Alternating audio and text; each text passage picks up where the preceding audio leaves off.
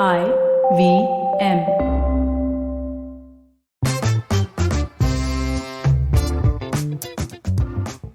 Welcome to Think Fast, where I speak in low voices to start off. But no, this is Think Fast. Hey guys, welcome to Think Fast. This is the last. Is this the last? Is it the first? Is it the first episode of the year? Or the last episode of the year? Yes, This it's is the the first first episode of the year. Oh, happy New Year, everyone. We are recording this before the New Year, just like cheat code highlighted here. But yeah, so this is Think Fast. So we talk about everything around the space of business, tech, startups, creator economy, and maybe not Shark Tank this week. I think we've spoken about Shark Tank a lot over the last few episodes. We will not talk about Shark Tank this week, but this week, temperature dipping aside has been super interesting. I remember, at the start this week, we usually end up sharing links with each other on what all to cover and talk about. And you and I were just like, kuch hai hi nahi khas. That's but true. Suddenly, news is picked up and new unicorns are being announced and this, that, and the other is happening. So last week, listeners, we guys covered mergers, consolidations, Varun's topless prospective photo. Please listen to that episode, and sectors of bullish on and more. And of course, this week's off to a really interesting start. Though before we do start this show, I do want to, offer my condolences, our condolences rather, to the family and team of Pankuri Srivastava, who's the founder of Pankuri, and Nexus Ventures, his co-founder Naren Gupta, both of who we unfortunately lost earlier this week. It's been a super, super tough week, I can imagine, for teammates as well as, co-workers and even founders who've worked very closely with Naren and folks who are in close proximity with Pankuri. Anand Lunia, who runs India Quotient, Kashyap Deora, who runs this company called Hype Track. Both of them wrote beautiful homages for Pankuri and Naren respectively, which I would encourage folks to go and read because it just, really resonates with the legacy of what the both of them had been able to build. Naren obviously over a longer period of time. Condolences to family and teams. We really do hope time heals a lot of this for all of you guys. On another note, it's been a good week, man, for Global Bees and Mama Earth, both of whom have apparently hit unicorn ki ghanti.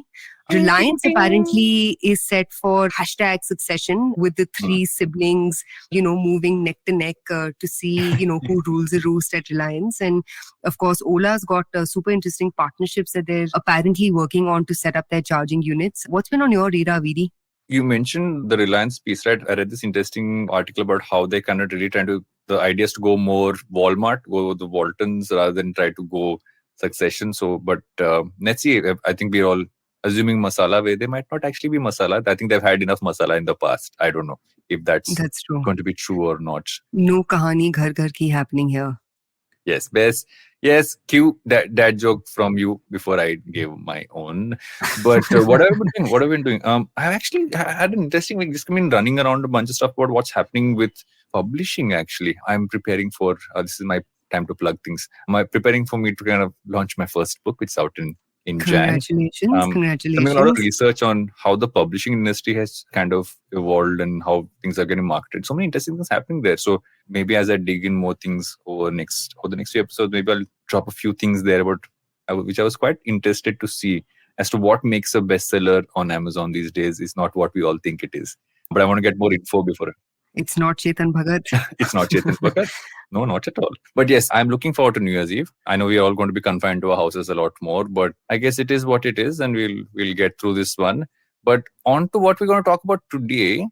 Today we're doing multiple deep dives. This is like Deep Dive Monday. Oh, that's the thing. We'll call this that. Deep Dive Monday. We're doing multiple deep dives on sectors which we haven't done enough deep dives on, which I thought would be interesting to kind of cover and talk about. So we're doing hybrid work, we're doing the creator economy, we're talking about the movie content show business, and we're also talking about e-commerce, right? Unless I missed something in between. Yep, my favorite topic, e-commerce. But before that, Varun, I think you need to segue us into yet another pre-Think Fast break. Yes, it is time for a break. And before that, I will drink my chai and sing Jeene Ke Hai Char Din, but I will not sing it because I know music labels will send us a bill for that. So I will not sing it. So only for that reason. Otherwise, my singing chops would have enthralled the audience. So we'll go for a break. We'll be right back with Think Fast. A wise man once said, traveling, it makes you speechless, then turns you into a storyteller. Well, listen to such travel stories and experiences exploring India on the Musafir Stories with us, Saif and Faiza. Catch us on the IVM website, app, or wherever you get your podcasts from. And we're back with Think Fast. I don't know why I'm talking this voice. I'm having this lovely Vedic Kada. Do you say Kada or do you say Kada? I don't know how to say it. How do you say it? I don't know what either of them are, but Vedic in any Kada. case, overpriced green tea, guys, overpriced green tea is what it's actually called. No, it has ginger and pepper and a lot of other ingredients. And unicorns? Does it have and unicorn unicorns, yes. dust? Oh my God, Varun. We need to get started, Varun. Come on. Yes. Okay. We're going to go to the Think Fast segment. We're supposed to think fast about one question. We ask each other. So first, my question, and it's a good connect to what you spoke about in the last episode. The Instagram CEO, Adam Mosseri, who I really like because just generally about how he is as a person, who puts stuff, all his content on Instagram. He put out his final video for the year where he said that they're going to rethink what Instagram is as they go into 2022. They have a lot of stuff happening. Their primary focuses are going to be consolidating video across all the video formats they have on the platform. They've already brought it down from 3 to 2, and I'm guessing it will only be Reels eventually. Messaging and giving people more control and transparency over what they kind of get, and creators and monetizing them. So what do you have to say about that? Maybe he's listening to the podcast. Oh my God, you stole the words from me. I was going to say, ladies and gentlemen, boys and girls, guess what? The CEO of Instagram is listening to Think Fast. So there you go, guys.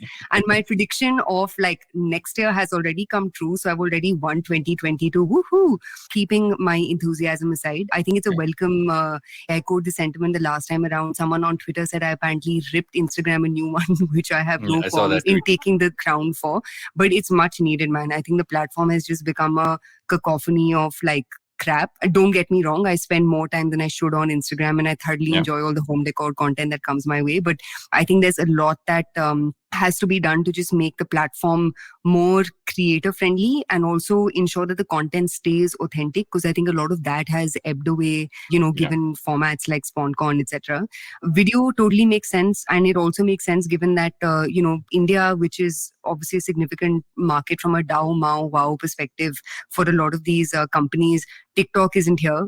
Who is your next best competitor? There's YouTube that hasn't necessarily taken up shorts as a focus significantly enough. So Instagram has a significant amount of market share to capture, in economies like ours by virtue of TikTok just not being there. So totally makes sense and much needed, man. I'm excited to see what comes off this. That said, everything that Adam Mosseri has said that Instagram will do, not much of that has necessarily happened. For example, remember that like long video of his about how likes are going to disappear and we care about people's... But you can switch it off. Yeah, but like who has switched it off? Some people do. I've actually been on a few accounts where I've suddenly said, why can't I see their likes? And I think some people have. His whole point is we give you the option. Yeah, but bro, like optionality is not the same as doing the right thing to, take care of people's mental health. So I will stop answering this Instagram question. And my question for you is... There is apparently 100 crore club of executives. These are executives who have made 100 crore in paper money. I don't know how many of them have necessarily pulled out their shares in lieu of cash or cashed out their shares. So execs at Oyo, Nykaa, Zomato and more have gotten rich because all these companies have, either done ESOP buybacks or they've obviously IPO'd. What's your take on getting rich by playing the long haul with companies that you work for, Varun? It's a good thing to see happen because most people seem to be only on the entrepreneurial bus and no one seems to want to actually work for companies in the long term. And that's always, while in some cases it might not work, I think the modern world allows you to kind of jump ship very often. This might actually be a way to bring that back. I've been speaking to a lot of people in recent times who have stayed on in a company for a long time. This is just one more reason why people should stay if the company makes sense and if the culture is something which lets you do more things while you still work there. I guess that's so it's a good thing. I think it'll also kind of push people to not. Everybody doesn't have to be an entrepreneur. I think that's something which we all need to kind of like say out loud, and it shouldn't be wrong to say it. Concur, agree. Yes. On to my next question. As always, one random one has to come up in everything. This Hype House is basically a creator house in LA. So just in terms of a concept, creator houses are basically these large villas that are set up across the states where creators can come in, stay there, create content together, do collabs, all that stuff. And so they've almost been incubators for creators. Over recent times, those have kind of gone down a little bit because whenever a creator becomes too big, they leave the house. So people who own those creator houses have had issues, especially Hype House, which is one of the original creator houses there. The Hype House founder has actually done this pivot where he sold Hype House as almost a big boss style reality show to Netflix. It just started streaming. I haven't started watching it yet. But what do you think about that? One, it'll make for excellent reality TV content because you basically got like a bunch of young TikTokers stuck in the same, general spaces as each other. I haven't checked out Hype House's Instagram or their YouTube channel. I saw that both exist and they end up, uploading interesting content. What's the content like? Like, what's the, have you seen interesting content out of it? Largely TikTokers is what they have. They have some YouTubers there, but the founder is actually a character himself. So in many ways, interesting. Some of the biggest TikTokers in the States have come out of Hype House. His whole issue has been that people leave. That became more news than the actual creators getting incubated out of there. So he's like one of the primary characters in it. The trailer literally has him saying, why am I doing this if people don't want to stay? And so he's playing himself as a core persona in the show. It seems like. So I think it's interesting. It might keep him more relevant, I guess, as this goes along. But I don't buy the concept as much. I still think there are some problems there. The best reality show of all time, ladies and gentlemen, is Real Housewives. So if you want to piss away your life watching crap, I would say at least pick the right crap.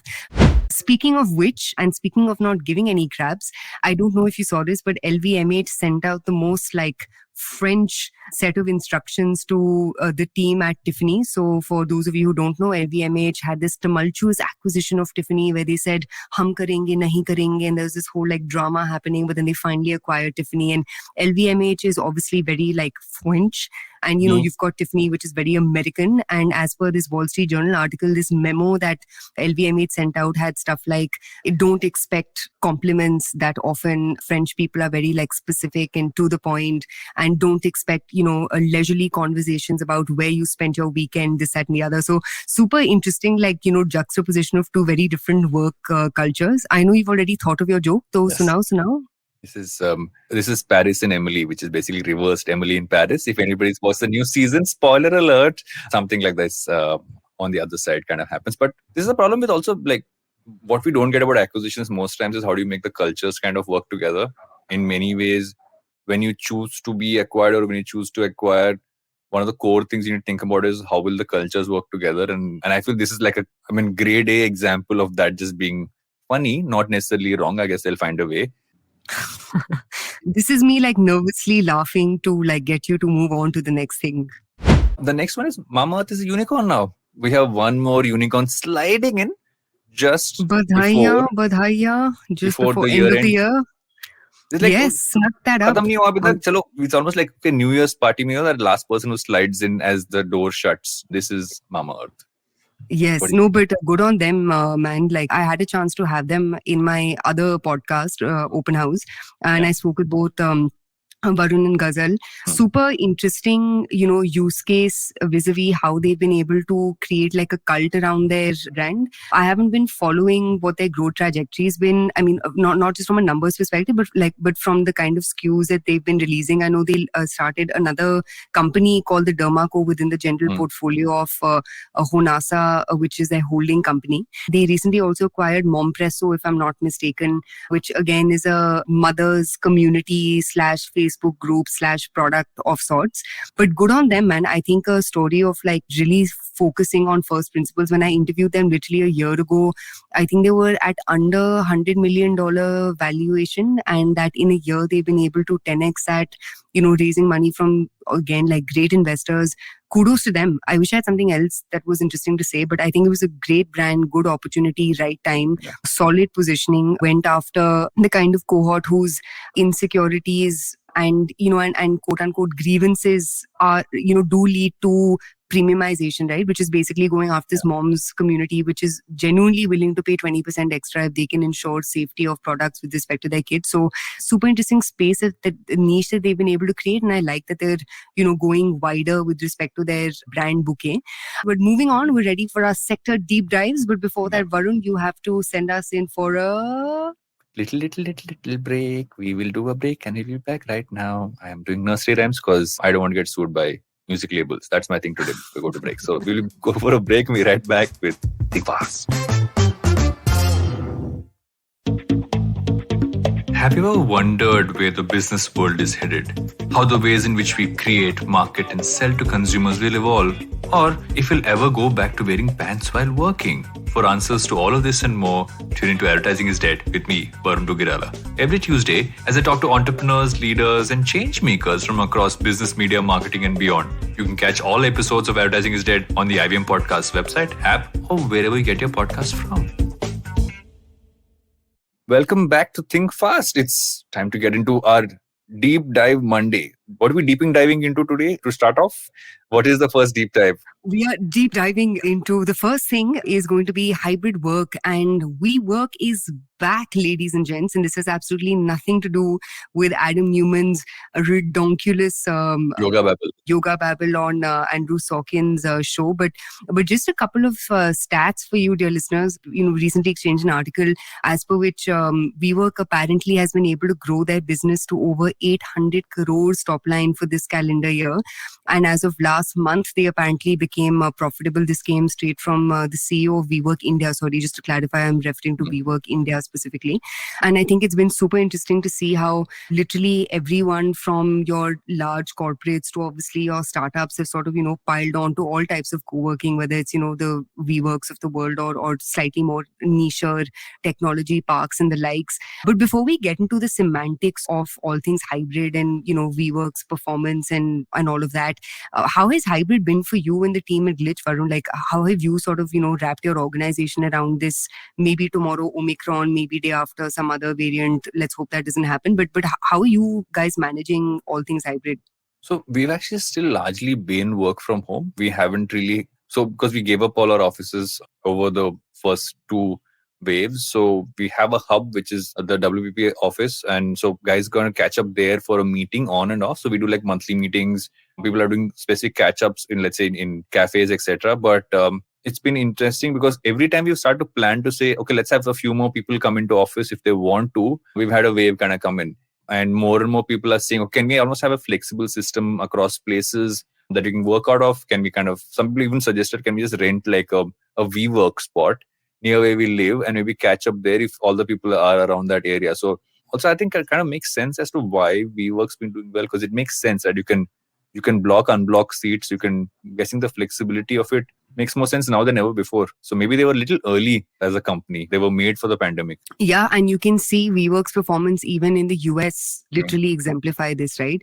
I think to the point that you made, for example, for us, we guys have been hybrid through and through ever since last year, because there are some teams specifically, or, creative teams, your sales team, business development teams that I don't think oversight is needed, but that feeling of camaraderie is needed to get things done. So even though in-person meetings in terms of LBB and someone else may not necessarily be happening, but it's those in-person teams within a team itself, in-person meetings within a team itself or within an organization, that really is the big sort of, use case for hybrid. So for example, we've been doing on a rotational basis 3 days per week in office across different teams. So everyone's, on this calendar that they have to stick to, making sure that there's, social distancing and this, that, and the other. I think the great thing about this is, it gives people that flexibility that you'd want for 2 days in a week, where, you may need to sort of like run errands in the middle of the day. You may need to be available for things that are happening at home. I specifically see colleagues of mine, and not just with respect to LBB, but even other teams. I see colleagues that have a high female workforce participation also thoroughly enjoy this for multiple different reasons. One is safety. Second is especially for young mums who are, working at startups that are high pressure environments. It gives them the opportunity to, be at home while also making sure there's some connect and contact with teams. Hybrid work is here to stay. I think what's interesting is I haven't seen too many interesting startups outside of the office space come up. So for example, there's this one cool startup called Super Games that I was introduced to, which basically, has this Slack integration of sorts. So you can plug in Super Games. And for example, if you and I are co-workers, we can play fun games, and just break the ice in between two people who may not have necessarily met each other, and just create, some amount of like, joy in the middle of all of those back and forth Slack chats and this, that, and the other. But I haven't seen too many interesting companies come up which aren't in the productivity space, right? But are in the how do you make hybrid work for team space. So for example, today it was really interesting. A friend of mine, tweeted saying one of the biggest things that brings teams together is that lunch break that you have, right? Where you and your colleagues sort of, go to your office canteen or cafe or whatever, grab a table and have lunch together. So how do you recreate experiences like that in a virtual setting, and not like literally, but like figuratively? I haven't seen too much come up. Has anything sort of, got onto your radar, and how have you, for example, made work from home more interesting for folks who have been working from home? To be honest, what we actually spent a lot of time doing over the last 2 years, really kind of talking to the teams and understanding I think we do a lot of sense checks, right? We do sense check about how everyone's feeling. We make sure that the teams kind of are spending enough time together, even if it's digitally, but never really forcing. You can't emulate the community activities you would have in person online. So we just said, okay, let's make it easier for people. So we've been giving people extra days off. We've done a lot of that stuff. But what's been interesting about how people have found their own ways. In many cases, there are teams who have done contact tracing, just made sure that they haven't come in contact with anyone. So we're letting that be a lot more organic. We're facilitating it wherever someone needs help. But one of the things we've started to do more and more, we were starting to do more and more, was to make sure there were enough team catch-ups. So like every couple of weeks, every month, you're going to do a multiple set of those. Even if it's so we had a leadership lunch the other day. We've got the entire leadership together who were in Bombay and kind of got just caught up. And I think those things matter the most. So you're moving from, okay, let's have lunch together every day, to saying we definitely catching up once every couple of weeks and it's kind of hanging out. So I think the hangouts now are almost segmented from the work. But yeah, it's an evolving beast, and I don't think we can figure how it will work. But I honestly feel that places like a WeWork, etc., are going to continue to be like where people go work, because for companies, it's very tough to kind of take up seats and have them empty and have that in your... Agree. Because you'd rather pay that to your people. That's always been our thing, that you'd rather pay that money to our people, which is why we gave up our offices and we did. We'd rather keep that money in the bank and just pay people their salaries. And I think that's really where it still is. I think it'll take some time to figure this one out. But again, we're not how everyone's working. I've seen a lot of people go back to offices, work at large capacity. So I guess hybrid is the safest way for both company and people. Yeah, correct. No, and here's hoping that there's more companies that come up that problem solve for this feeling of serendipity and and more serendipitous interactions in between teams. Yeah. Moving on, we have to talk about your favorite topic of all time, which is all things creators. Yes, all things creator economy, always my favorite topic. Look at the smile on Varun's face, guys. Look at the smile on Varun's face. I'm always I'm tripling down in 2022 on the creator economy. I've doubled down in 2021. So 2021 was an interesting year for creators, right? Because I think pre-pandemic, you still had a large amount of focus only on the big creators. People had large followings, large amount of views. The niche or specialized creators weren't seeing that much scale, weren't seeing that much money kind of coming in. But that's really changed. I think the last 1 year, you're seeing so many niche creators, especially in, let's say, personal finance, seeing crypto, and even learning. Learning has become very interesting because people are going beyond your traditional learning. Right? So you want to learn things about what's happening in the news, what's happening, what specific areas you're interested in. So you have so personal finance, obviously you've had everyone from an Ankur Warikoo on one end to we're talking about crypto, where Tanmay has gotten into that space. Learning Abhi and Neo have really scaled up in the last many years. So you're seeing that happen. And a lot of them, even if they aren't at the scale of all these three creators I spoke of, are able to make money not just by getting brand plugins, but they're doing workshops, they're doing courses. Interesting note on this one is that I know a publishing editor, the one who I worked with on my book, who's actually run a workshop on how you can get your first book published. It was done by Tag Mango, and she actually got an audience to come in. So, talk about only scale creators, people with specific knowledge are seeing ways to make money. I think that's a great point for an economy to be. That's when it's an actual economy, right? Everybody at different stages kind of make money. I have a bunch more things here, but what do you think about how this is going? No, I think, what you've said is so interesting because it goes back to that theory of 1,000 super fans, right? Where it's not going to take scale of fans or scale of consumers to generate sustainable ways of living for, creators. And it's really these niches where unlockers are going to come from. So I think I totally agree with the points that you've made. I think the questions that I really have is, what are the mediums that are going to create these deltas, right? So for example, as a creator, do I have to have a massive following on YouTube or Instagram in order to run something like this successfully? Or for instance, can I just be someone who's running a, newsletter, or in, someone like Amit Verma's case, running a podcast on all things economy and politics, etc. But my, the course that I sell actually has nothing to do specifically with the podcast that I'm running. Or, like the example that you gave about your publisher friend, where by virtue of her just having the right quote unquote credentials, if I had to ask you what's the platform that comes to your mind, because while you were speaking, literally the platform that kept coming to my mind was LinkedIn, which would make my second prediction from last episode correct. But basically, like, what do you think is a correlation in between having an audience, irrespective of the size of the audience, versus, for example, having credentials and leveraging those credentials to do this thing of courses, workshops, and like micro ways of generating money?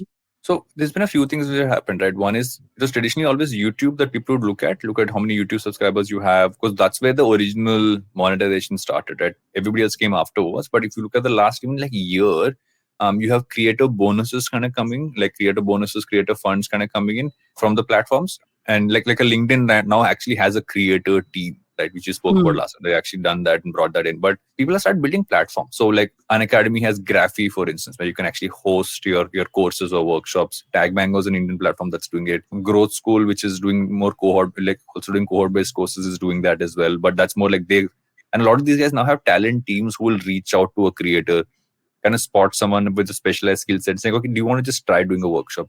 Do you want to try doing a course? I mean, Graphy does that a lot. Graphy reaches out across the board to creators and kind of ask them to just create a Graphy profile, put a course on top of it and stuff like that. But beyond that, I think what's the most interesting part is that you don't necessarily need to be on all the main platforms. Like, I find Pinterest's idea very interesting, right? Because now they're actually highlighting creators for you, even if you go in. A lot of them are in your favorite category, which is home. Woohoo. And it's not like they have massive following. Like, I literally opened it up while we were talking, and I can see like someone with 4,000 followers, someone with like 3,000 followers. And so it's great because as discoverability gets pushed and people start going across multiple platforms, you're suddenly going to see opportunities kind of crop up. And on top of that, what I think the big scale is actually not the creator, it's the support system for the creator. Because most young creators now are turning around and saying, okay, till I can't sustain myself, if I edit for YouTube for my own videos, can I edit for another creator? If I can, if I know photography, can I just help someone else do that? So a lot of them are getting into that part, which is where it's become interesting, because that's where they're seeing how they can kind of build money while they scale their own platforms. So it's actually an economy now, and it's actually showing in that ways. Also, it's kind of changed how celebrities are dealing with things. I mean, look at Deepika Padukone and everybody else. Like, everyone's suddenly putting up creator-ish posts, so they're getting into the game as well.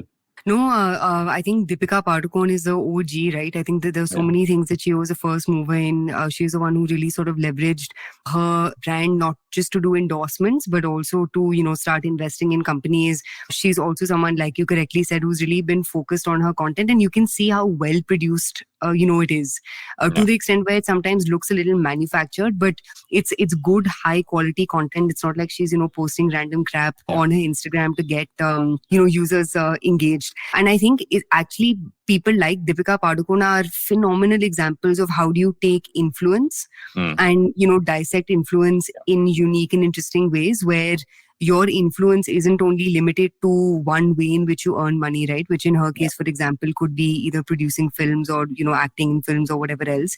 And I think it's this diversification of things which will make things interesting. In fact, I said this to my colleagues recently, and I'm wondering how I can put this in action. But, while you were speaking as well, like, what if I got my colleagues to start, their own courses on the side? But this concept of like a side hustle somewhere needs to go mainstream. And I'll give you a very specific example, right? A friend of mine who is in my book club, Aditya Bihere, Be Here. He is this like super enthu cutlet, 25-year-old like PM, and I have a lot of fun troubling him, but he has this great job. I'm sure he's, earning fairly well. He just out of his enthusiasm started this course called Deep Effective Learning, and I actually signed up for it. He took like, he didn't even give me a discount. He took whatever, $2,000-3,000 bucks, for 4 box to attend that course, and the course was packed. Like every single seat was full. Yeah. 3-hour long course on how you can learn more effectively. This guy posted a tweet after his second session saying apparently he's, made enough money which covers 1 month or 2 months of his salary, or he gave some specific number. So it's really interesting how outlets like this could even become People are paying for escape- psychology workshops. A 3-day psychology workshop for Wow. Prakhar, who's a YouTuber, was maxed out. He made a shit ton of money off that, right? So think about that, learnings. So the big thing that people will not pay to learn from content is gone. Like people are paying to learn. And I think that's really become it. The only thing is not everybody is a teacher. Yeah. That's the only thing I kind of keep criticizing. Not everybody has to start doing courses, but maybe a workshop where you just kind of interact and kind of chat could also be helpful, because people just generally many times just have questions. It might not even be that a course, but it's interesting that he actually made that much money on it. And by going by that, while we haven't spoken of podcasting, because podcasting is going to make a lot of money, we know that because we started Think Fast, and so it will make money. And monetization is going to be around the corner because podcasters are mainstream now. We are the influencers of tomorrow because we're in everybody's ears, as we are for all the people in the audience. But on a more serious note, that's actually going to be interesting to watch as well. Audio's really come into its own last couple of years. And Spotify is making moves to and how? To make audio mainstream, which makes sense because they need to figure out how they earn money outside of just music rights. Yeah. But I'm going to segue into my favorite topic now that we've covered your favorite topic. It's my turn, which is e-commerce. So ladies and gents, when you think of e-commerce, you think of the usual elephants in the room, right? There's like Amazon, Flipkart, blah, blah, bullshit. But yes, add to cart. But I think e-commerce is one space which, in my opinion, is an industry to really, really watch out for, because there's an unbundling and rebundling happening in every single direction, right?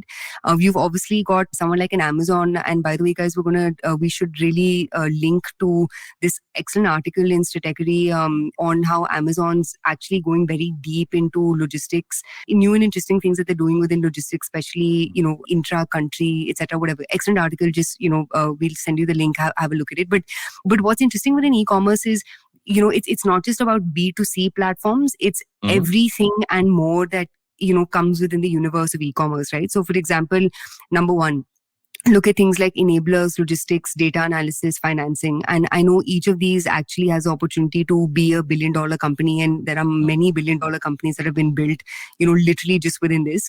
But look at companies like Unicommerce, which recently, I think SoftBank bought a 30% stake in Unicommerce recently. And obviously, they've been one of the OGs who've, worked on helping merchants and brands list across multiple different platforms and manage inventory across multiple different platforms.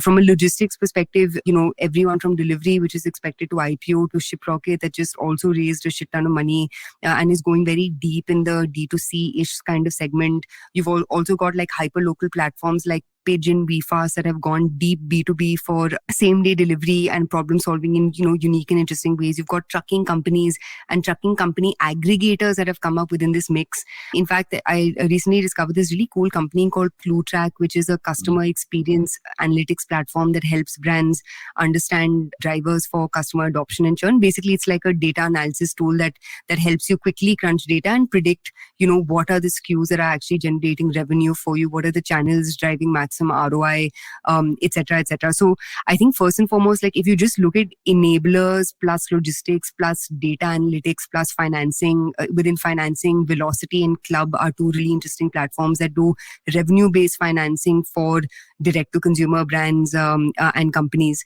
So just like I've just said one thing, I have three other points to make within this. But imagine within this the number of opportunities that exist. And before I get to other nuances in e-commerce, you have something to add, right? Like I think Sajid had said something really interesting in the last conversation. Yeah. If you go back to what Sajid said, you always look at the front end of things, right? What do you actually see in every single economy, every single sector? But it's actually the ones which facilitate, which actually help push the wheels and push it ahead, just companies like these, which really make it an economy. And I think that's really, that's showing here, right? Because these are all solid businesses, solid business ideas. They're not necessarily the sexy ideas, but it's actually where a large amount of scale can be built, a lot of value can be built, both for shareholders and also for consumers. So I think it's good that this is happening, because not everybody has to start a company or focus on a business that is always, consumer facing. Yeah, consumer facing or in the spotlight. This is stuff that's happening, and I think it's great. I think that actually takes this whole space into a wider lens of thought for anybody who Absolutely. wants to work. And if you think about it, I mean, single digit percentages of retail has really been brought online. So when people say, e-commerce is dead, my whole thing is actually no, long live e-commerce, because there's so much within the e-commerce ecosystem. And getting on to my second point, which obviously, which you alluded to, is the more obvious understanding of e-commerce, that's B2C. So you've got your marketplaces, platforms and brands. But just look at the amount of disruption happening even within this, man. Like look at a brand like Licious, right? Which is the poster child for all e-commerce is not equal. You had everyone's answer to everything is, Flipkart kar lega, Amazon kar lega. Why do we need your platform? Why can't Big Basket do it? But what did Licious do? Licious said that, bro, not only can Big Basket be a $2 billion company, but Licious, which recently entered the Unicorn Club, they can also very much play, in the same general sort of, category as like fresh produce, fresh products plus FMCG plus. So they took a niche. They literally took the niche of like fresh meats, fresh fish, chicken, etc. Invested heavily in cold chain. Which is the tricky part. Yes, exactly. Cold storage. Yeah. So invested heavily in cold storage and obviously invested heavily in freshness of products, where they procure their meats from. It's a complicated sort of, problem to solve for. So look at that, right? Look at something like a Licious, like a Fresh to Home that have taken a very, very specific, niche, like to the point that you made earlier about creators making money in niches. You have e-commerce, generating billions and billions of value to, customers, shareholders and founders by just taking a niche. A more recent example that we like to talk about is our favorite Stanford dropouts, right? Zepto. Yeah. I don't know why I call them our favorite. I don't even know who those guys are, but favorite Stanford dropouts to talk about, maybe. But e-com for FMCG is not the same as e-com for electronics, right? Each of these categories actually problem solves in very different ways. Similarly, e-commerce for food delivery is not the same as e-commerce for, FMCG, where you've got models like Dunzo, Swiggy, etc., build out 3-sided marketplaces.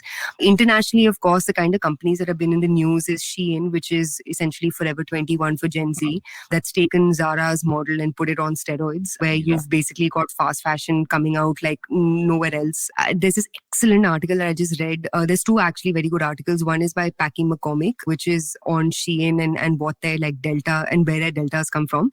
And the second is this really good article on restofworld.org, which, sort of talks about how Shein's beat Amazon with respect to fast fashion. So Shein, imagine, is like this whole universe of fast fashion making a comeback unto itself. You've also got, brands like Supreme, which ace the concept of drops. You've got secondhand selling platforms like The Real, StockX, which have basically taken buying and selling of secondhand products, but, not made it like eBay and all those like Champu platforms, but and made it is cool. Not bad. Yeah, it's what is the term I heard sometime back? I heard this term because it's called pre-loved fashion. Pre-loved fashion is something I heard somewhere else. There are many startups in that space as well, especially in luxury, I've realized. So there are two sides right to that. One is the fact that you can actually do it for regular clothing, etc., which is one side. The other is what StockX kind of gets is that you have a sneaker which appreciates over time. So you can actually build a portfolio, which is what I believe will be Leah's inheritance, will be a portfolio of sneakers which you will get at some point of time. Leah आपको जूतों से मारेगी if her inheritance is only shoes, bro. Take all these sneakers. That's your inheritance. But in India, there's a company called Main Street Marketplace, right, which is doing that right now. They have 2 stores. There's some raffles and pieces like that online.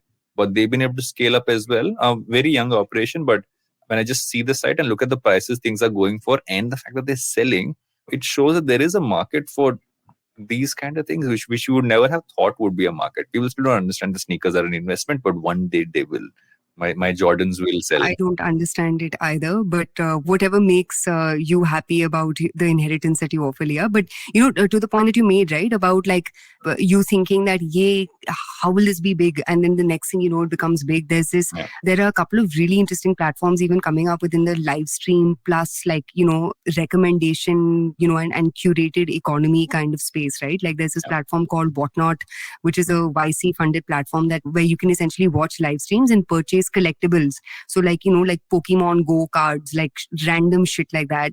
And then you've got platforms like Shop My Shop. This is basically like a beauty show. It's called Shop My Shelf. And what Shop My Shelf essentially does is they tie up with beauty expert, and beauty experts recommend their favorite products. And it's like this B2B plus B2C kind of play.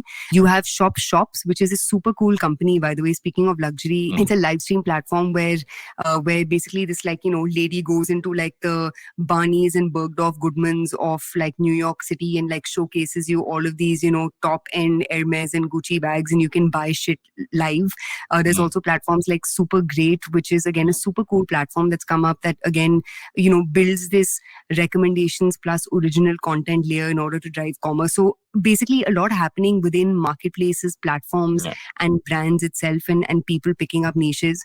And finally, and then I will STF you, is look at B2B marketplaces. Like this year has been the year for B2B marketplaces. You've got companies like Bizongo, you've got companies like Off Business. Off Business, I know, is definitely a unicorn. Not so getting back, so I can end this topic and then you can get on to yours. You've got Moglix, Inframart. You've got like I said, like Off Business, which started out as a SME credit platform, but has also now gotten into sort of raw material delivery, vis-a-vis supply chains from SMEs. There's a lot of folks doing really interesting stuff within infrastructure manufacturing. Like it's when you start researching this space, your mind is blown about the number of niches that are ripe for disruption. And just last thing, and then I promise I will STF you. There's this really cool company called Bazaar, Bzaar. It's like India's copycat version of Faire, Faire, a super popular platform based out of the US. It's run by ex-Flipkart guys. And essentially what they do is, they curate brands, very like LBB-esque brands. They curate brands, but those brands and those products can be bought vis-a-vis an export lens. So for example, if I run a boutique store in some corner of like Toronto, I can buy products and essentially, buy products at wholesale prices through Bazaar. So lots of really cool shit happening in B2B. So TLDR guys, don't think e-commerce is only Amazon and Flipkart. Imagine, open your mind's eye and really like broaden your horizons. So much cool shit across B2B, infra, enablement, logistics, financing, and of course the more obvious bets of marketplaces, brands, and much more. Jealousme has given you some new data, which is Bizongo raised 110 billion from Tiger. They've valued at $600 million. There you go. The interesting part, I just want to add one point here is, I feel this will also kind of scale more and more because you'll have people who are part of startups and they were, which have scaled and see a vertical which could be great to kind of use and kind of learn from, and they'll build companies out of that. I think the Bazaar one could kind of come from that, right? Is that if you've been part of a company that does this on a B2C basis, you look at once again, that's a great spot. There's not enough players because I couldn't find enough people to work with on that front. Let me go build it myself. So you're going to have more and more of that happening now. Is that a prediction? I don't think it's prediction. It's obvious, I'm guessing. It's common sense, guys. You got to follow these things, follow the breadcrumbs. And the breadcrumbs will take us to my last deep dive for this long deep dive episode. We are coming out of the depths of e-commerce and into the cinema, into movies and all things there. One of the biggest changes in the last, couple of years has been how we consume content, right? Like just the number of people who have started consuming content online has gone up exponentially because people didn't have an option. People couldn't go to a theater. TV channels didn't have enough content, so they were rerunning a lot of stuff. So that's kind of changed how people consume content. But what's really changed over there are a few trends, and I want to pick a few here. One is that it's taken regional content, which is always in one small niche, right? You always had regional, which would be in like, Telugu audiences only watch Telugu movies and so on and so forth. But now that's across the board. Punjabi's obviously taken over the music industry, which is like every single top, like I think Apple Music said the top 10 tracks you of 2021. You asked me this question, remember? Yes. To answer it Punjabi yourself, songs. remember? I just want to talk about Jugnu and Balaji. Balaji? Bijli. Jugnu and Balaji, it seems. Jugnu and Bijli were right up there. But more on the south side, movies, right? Just like movies like Great Indian Kitchen. You had Kurup, which is now on Netflix. You have RRR coming up. Master was again on Netflix, like multiple versions there. Why is it called RRR? Is it like KKK? I think they finally announced what that stands for. It was just promoted as RRR. He's given multiple versions of that. But this is basically Rajamouli's next movie after Bahubali, right? So just with his name, it's gotten so much pre-buzz that it will do massive numbers. They're saying that it might. The prediction is and from what I've read, it might do 100 crores on day one. Wow. Which is nuts when you think about it. 100 crores on day one is what it might do in the middle of a pandemic. We just say something, right? I can only imagine. Oh, Rise, Roar, Revolt is what RRR stands for. Thank you. Definitely not Ku Klux Klan. But in any case, it's actually a bit of an interesting. So basically, he's taken the Bahubali mindset of how visuals were. This is मैंने in वो the movie नहीं देखी है भाई. I told independent you struggle. already. Independent struggle में होगा. सोचो क्या हो सकता है. Rajamouli is a wow. genius. Being guilty myself, I'm very excited about it. I'm going to definitely watch it. But the interesting fact here, Bollywood, rather the Hindi movie industry, made 450 crores this year. And this is obviously pre-83 numbers, and 83 obviously just kind of came around now. The South Indian film industry overall has made over 1,000 crores, close to 1,000 crores.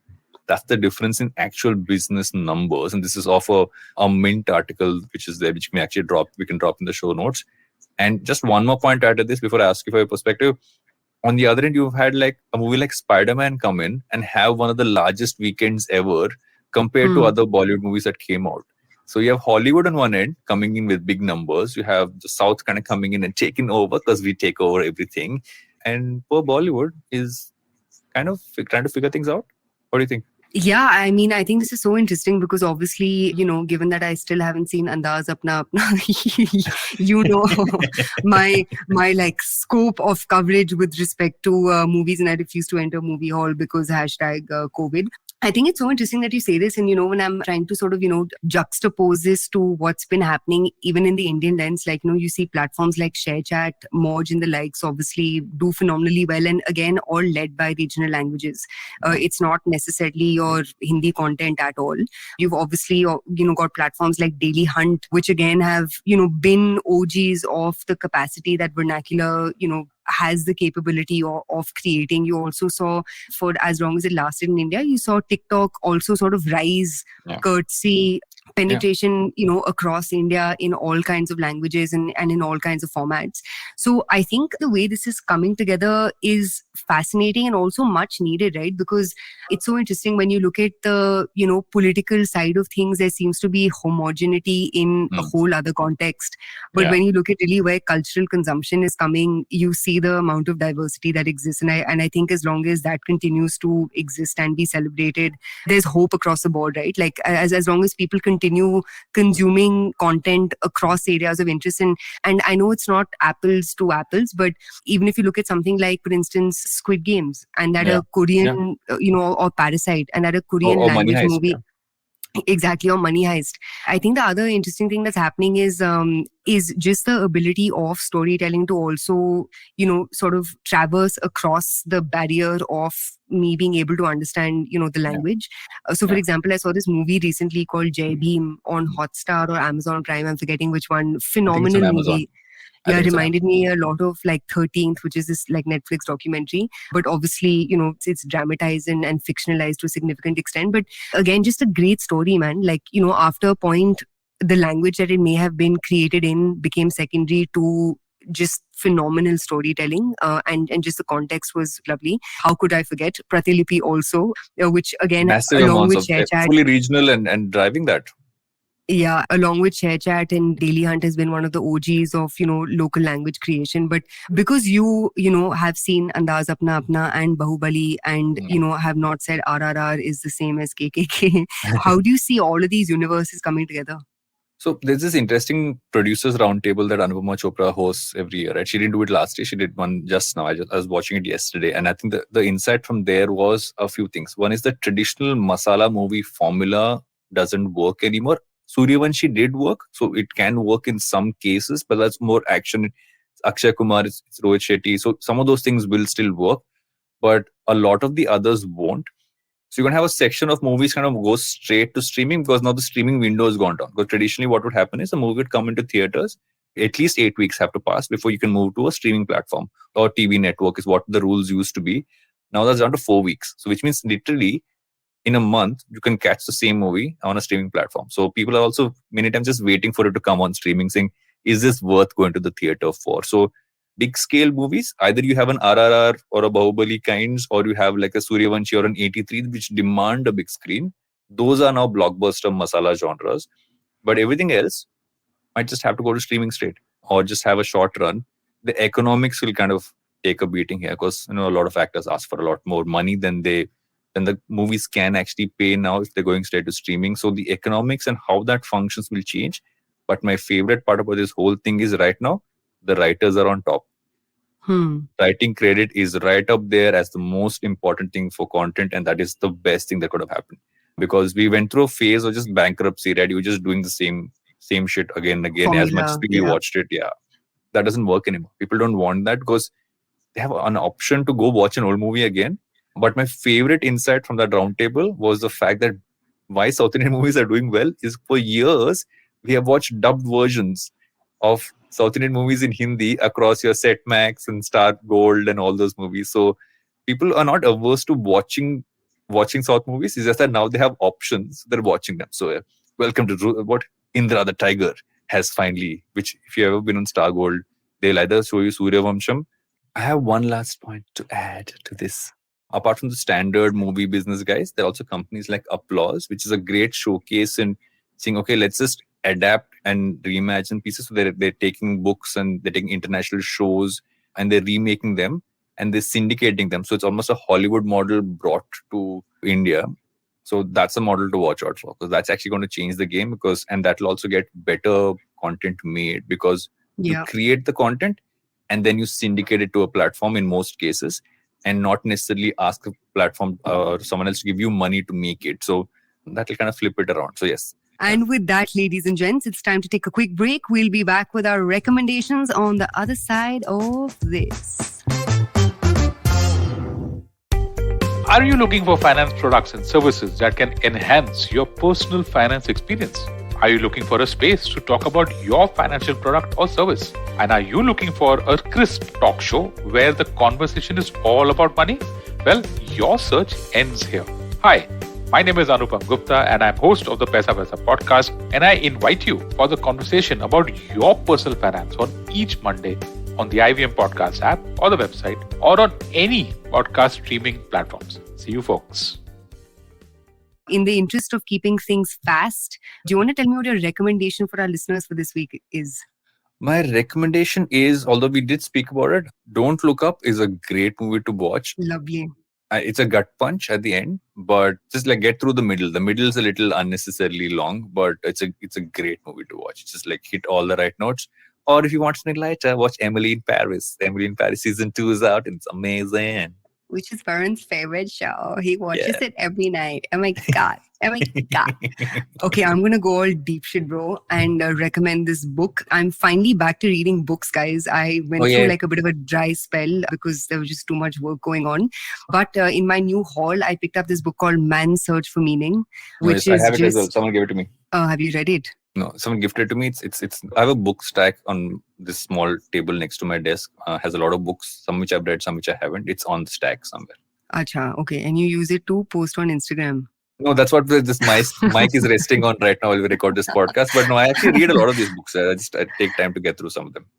Yeah, no, but I'm just pulling your leg. It's by Viktor Frankl, and it's just this beautiful, beautiful book. He is a Holocaust survivor, passed away, I think, in 97. And it's basically a story about, it's his story and his experience about what it took for him to survive, Nazi camps. And it's just really, really interesting. I think, especially, at the end of this year, it's interesting to read anything that helps you reflect on things in a way that, you can sort of condense the quote unquote lessons to its application in the future. And without ruining the book, though there are no spoilers as such, he talks about how, the meaning of life lies in what are the things that give you hope. And hope means different things for different people. Hope for some people could be, the hope that you get from your family. For others, it could be the hope that you get from your work. So hope needn't necessarily, always be in the form of like a loved one or a thing. It could even be an object that, really excites you. But, really interesting sort of a way of thinking through what are the things in life that, that give you hope and that give you meaning. So opposite of Don't Look Up and Emily in Paris. Yes. But depending on what mood you're in, dear listeners, you have both ends of the spectrum to pick and choose from. So that's it for the first episode of 2022. Toodles, people, toodles. Go hug some poodles. Bye-bye. Not only your own poodles, not somebody else's poodles. I don't know No, why. please It don't just have rhyme. poodles. What does rhymes with toodles? Toodles and boodles are rhyming. Noodles. Go make some doodles, eat some noodles. I can't think of anything else. And with that, ladies and gents, we have hit Eat some peak smoodles. dad jokes. Some Peak nice ramen. dad jokes. Top Oh my ramen god. noodles. Okay. Draw doodles. I said that. I feel so bad for your daughter. If her inheritance is only going to be shoes, you're f***ed, my friend. You are f***ed. She's going to Hope she likes them. choke slam you. And just be like, "Tune kya kiya, daddy?" I think we should leave this part should definitely be in the episode. Yes. So Leah, many years later, says, "Dad, why did I not listen to podcasts then?" Yeah. Hey, it's been another great week on the IVM Podcast Network. On this year-end special of Think Fast, Varun and Suchita give their predictions on what lies ahead for the world of business and startups in 2022. We have Manjima Chatterjee with us on Audio Gyan. She is a drama explorer and educator. Kedar and Manjima talk about the new education policy, Bengali plays, and a whole lot more. On a Cock and Bull episode of Cyrus Says, Antrish and I join Cyrus to discuss New Year resolutions, no restaurant food for cops, and COVID self-tests. On All Things Policy, the Takshashila folk discuss major events and trends in the tech policy space and their expectations for 2022. On Simplified, the gang looks back at how the last 12 months have passed for them personally. Do follow us on social media. We're IVM Podcast on Twitter, Facebook, Instagram, and LinkedIn. If you're enjoying this show or any of our other shows for that matter, do tell a friend. The word of mouth absolutely is essential to us. Don't forget to rate us on any of the platforms that you've been listening to. And also, I'd like to ask everybody to check us out on YouTube. We have a number of channels going. You can find all of them on ivmpodcast.com/YouTube. And finally, we'd like to thank our sponsors this week, Cred, Bank of Baroda, CoinSwitch, Kuber, and Intel. Thank you so much for making this possible. If you love cricket, listen up. The Edges and Sledges Cricket Podcast is here for you. Hosted by DJ, Varun, and me, Ashwin, we bring a fun, fresh fan's point of view to talking all things cricket. Sometimes it's just the three of us, sometimes we have guests, including current and former international cricketers. For new episodes every week, check out the Edges and Sledges Cricket Podcast on the IVM app, website, or wherever you get your podcasts.